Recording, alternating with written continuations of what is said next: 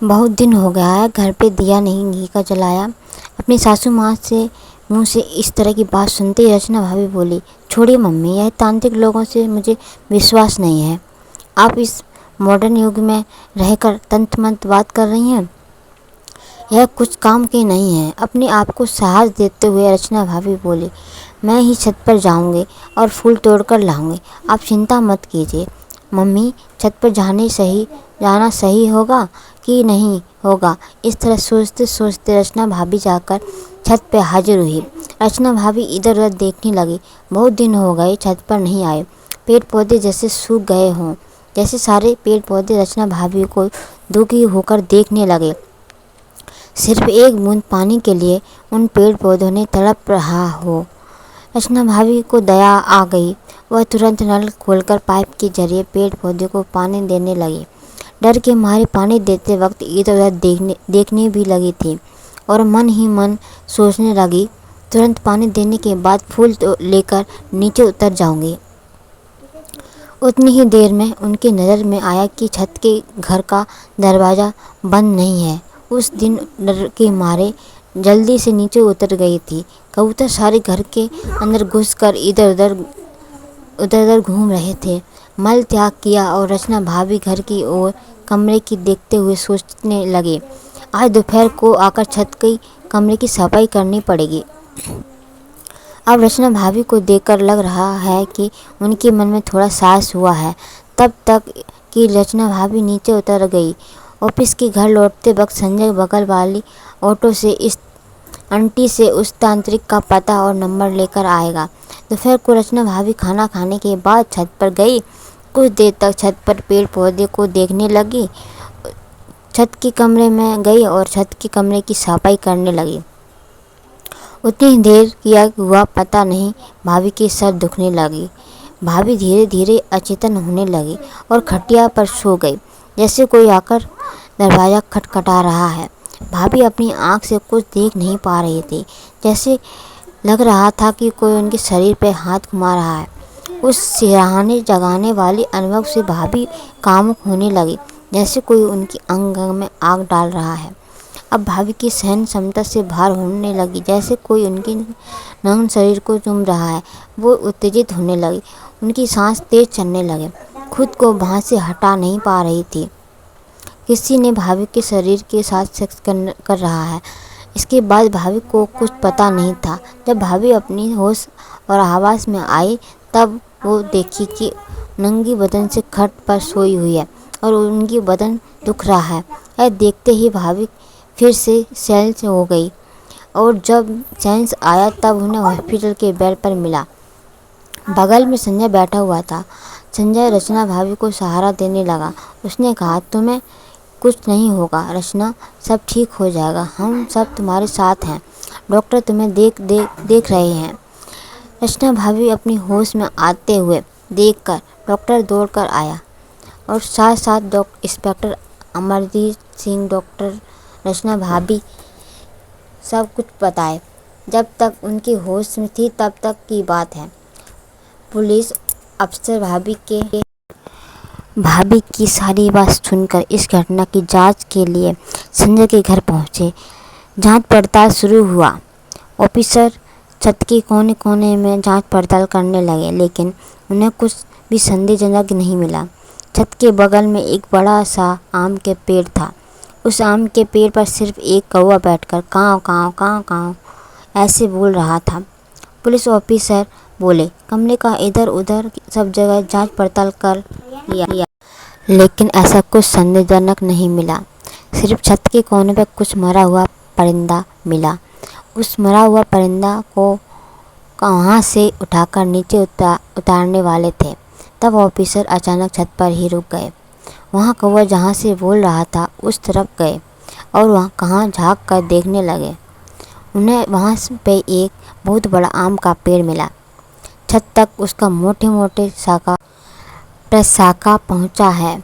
बहुत देर तक अपना सोच विचार करने के बाद ऑफिसर छत से नीचे उतर गए और जाते वक्त संजय के पापा और मम्मी को बोल कर गए कि अगर फिर जांच पड़ताल के लिए ज़रूरत पड़ेगी तो हाँ उनके घर पर आएंगे। उनके साथ सबका सहयोग चाहिए। कुछ दिन हॉस्पिटल से सेवा लेने के बाद भाभी अपने ससुराल लौट आई। अभी वो मानसिक रूप से घायल हुए थे। सिर्फ उनकी पति संजय उनको सपोर्ट दे रहे थे।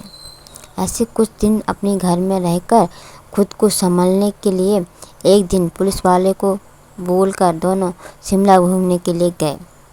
कुछ दिनों में लौट कर आए। उन दोनों को लौटने के बाद पुलिस ऑफिसर एक दिन उनके घर आए और बोले, हम केस सॉल्व कर लिए हैं, सिर्फ थोड़ा और बाकी है। संजय के घर के बालों ने सहयोग करने लगे। रचना भाभी की सासू माँ पुलिस अधिकारियों को बोले, सर हम घर पे यज्ञ करने के लिए तांत्रिक बुलाए हैं, आपको कोई नाराज नहीं तो? ऑफिसर बोले, हमें यज्ञ करने को लेकर कोई नाराज़गी नहीं है, आप अपनी घर पे दैविक उपचार कर सकते हैं। प्रसाद के लिए हमें भी बुलाइएगा, हम ज़रूर प्रसाद सेवन के लिए आएंगे।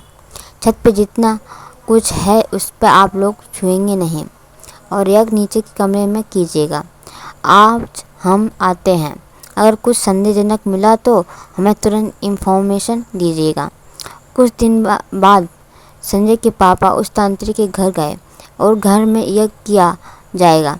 संजय के पापा तांत्रिक के घर पहुंचते ही वह तांत्रिक ने बिना कुछ पूछे ही तुरंत बोल दिया, हमें पता था आज कोई उत्तर दिशा से हमारे घर आएगा और अपने घर को मंगल के लिए यज्ञ करने के लिए हमें बुलाएगा। हमें पहले से पता चल गया था तुम्हारे घर में एक भटकती हुई आत्मा है। वह आत्मा तुम्हारे घर में बहुत बड़ा नुकसान करने वाली है। अभी फिलहाल में अपना खेल दिखा रही है। कुछ दिन के अंदर वह आत्मा तुम्हारे घर का सबको मार डालेगी। आज तुम हमें तुम्हारे घर से उस आत्मा को भगाने के लिए ले जाओ। चल अब हम तुम्हारे घर जाते हैं और उस आत्मा को उसका ठिकाना पहुंचाते हैं। तांत्रिक बाबा और उसके साथियों को लेकर संजय के पापा अपने घर पहुंचे और उस आत्मा को घर से निकालने के लिए जो कुछ भी करना पड़ेगा आज वही तांत्रिक बाबा करेंगे। तांत्रिक बाबा अपने सारे जुगाड़ करके हॉल में बैठकर अपना यज्ञ शुरू किया। रात भर घर में यज्ञ चला। सुबह होने के बाद तांत्रिक बाबा थोड़ा फलाहार करके सबको बोल कर गए कि आप चिंता मत कीजिएगा, हम उस आत्मा को अपने साथ लेकर जा रहे हैं और उसे कहीं दूसरी जगह ऐसा ठिकाना में डालेंगे कि वह उधर से कभी वहीं भटकने के लिए नहीं पहुंचेगी। अब और कोई डरेगा नहीं, इसलिए आज से रचना भाभी हर रोज़ छत पर जाएगी। पहले जैसे पेड़ पौधे को पानी देती थी वैसे ही देने जाएगी और छत के कमरे में रेस्ट भी लेगी। अब पुलिस ऑफिसर प्रसाद खाने के लिए पहुंच गए और वह बताए कि आज हम लोग इस केस को सलूशन निकाल लेंगे। पुलिस ऑफिसर का प्लान के मुताबिक रचना भाभी छत पर जाएगी और वहां पर अपना काम करेगी। इधर ऑफिसर और उनके साथी ने सीढ़ियों पर इंतज़ार करेंगे। छत पर क्या घटना घटने वाली है वह सबको नोटिस करेंगे। दोपहर का टाइम में बहुत तेज़ बारिश होने वाली थी। रचना भाभी छत पर गई और अपना काम करने लगी। इधर पुलिस ऑफिसर सीढ़ी पर छुपकर खड़े हुए थे। वो अपना जाल बिछा लिए। रोज़ की तरह रचना भाभी छत के कमरे में जाकर कुछ देर के लिए बैठी और धीरे धीरे चौकी पर सो गई। आज जैसे छत पर कुछ ज़्यादा ही सन्नाटा छा गया हुआ। सिर्फ वहीं एक कौवा जोर जोर से आम के शाखाओं पर बैठकर चिल्ला रहा है और कुछ कबूतर इधर उधर उड़कर आ रहे हैं। एक बार बैठ कर रहा था और एक बार फिर से उड़कर चला जा रहा था। यही सब हलचल चल रही थी। इतनी ही देर में जैसे लगा कि कोई छत पर कूद के आया। सीढ़ी पर छुपा हुआ ऑफिसर अपनी पिस्तौल हाथ में उठा लिए और अपने निशाना बनाकर खड़े हुए। इधर भाभी को डर के मारे सांस तेजी से चलने लगी। छत के कमरे की खिड़की बंद है, दरवाज़ा थोड़ा सा खुला हुआ है। ऑफिसर नोटिस किए कि कोई अजनबी अपना मुंह ढककर छत पर आया है और उसका हाथ में कुछ स्प्रे जैसा है। वह धीरे धीरे छत की ओर कमरे की ओर बढ़ने लगा।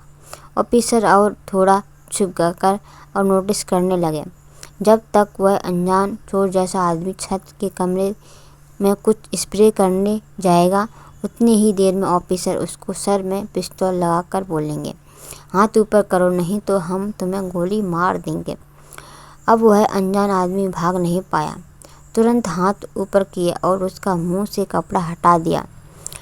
उधर कमरे के अंदर डर के मारे रचना भाभी रोने लगी। चारों तरफ से पुलिस उस आदमी को घेर लिया और उसका हाथ में हथकड़ी पहना दी। फिर रचना भाभी के सामने उस आदमी को लाया गया। उस आदमी को देखते ही रचना भाभी पहचान गई। भाभी बोली, सर, उस आदमी को हम पहचानते हैं।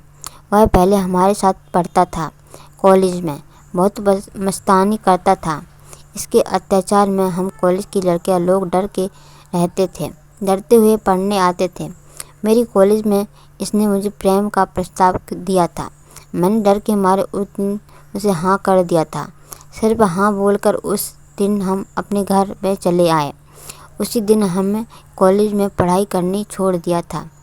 इसके डर से हम पढ़ाई पूरी नहीं कर पाए। सर, यह खूंखार जानवर मेरे जीवन को नुकसान किया है। यह आदमी पेड़ पर चढ़ने में माहिर है।